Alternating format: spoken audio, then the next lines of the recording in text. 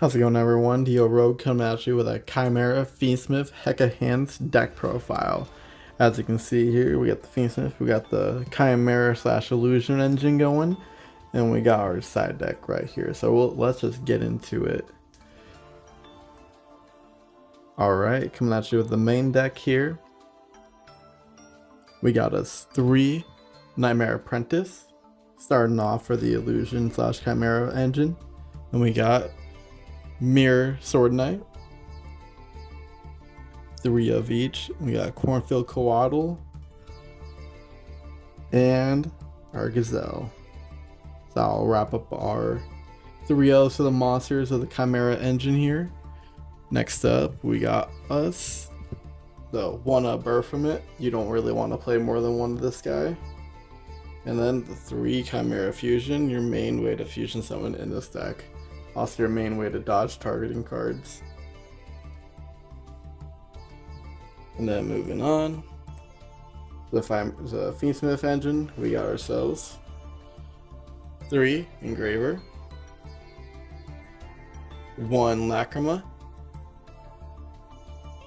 1 Lurie, and 2 Fiendsmith Tract.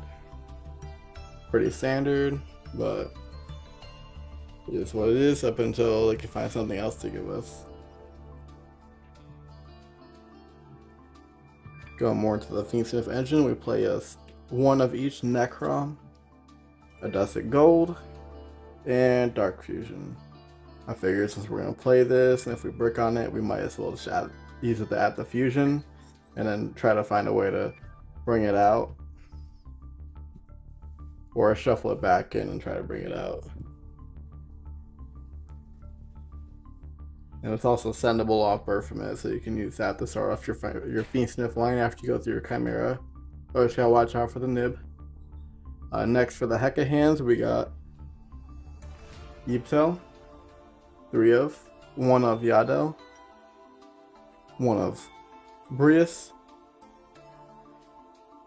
1 of the Hidden Hecahands, and then 1 of Yadel Hecahands.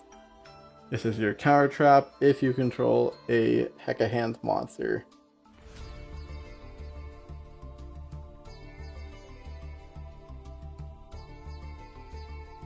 Next up, we're going to go for the non-engine cards. We got us 3 of Molchami Fuelos, pretty staple. Then we got 3 of Forbidden Droplet,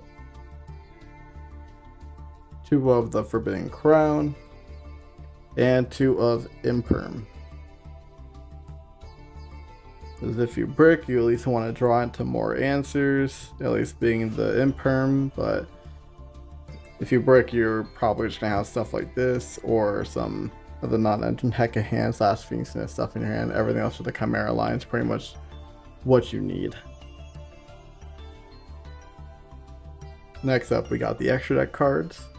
We're going to start off with the extra deck cards that kind of just partake in the side, but we just fit them into the main. We got Garura, Mud Dragon, and Guardian Chimera. These are the ones you can always switch out, the flex spots that you don't really need but can always run. After that, we got our Chimera cards. We got the 1 of Chimera, the King of Phantom Beasts, 2 of the Baphomet, and 1 of Chimera, the King of the Illusion Beasts. So I'll round up the Chimera Fusions. Next up, we got us the 1 of Hecahands Fusion, the Jazwa, for the 7 cards that we play for it. They're more of utility. Next up is the Fiendsmith cards. Magnum, 1 of.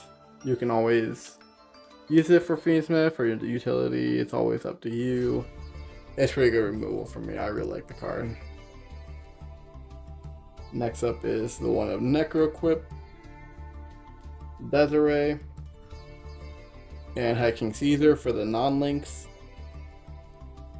Desiree is really good to have as a first turn option if you don't want to use Caesar, if you know they aren't playing Nibiru.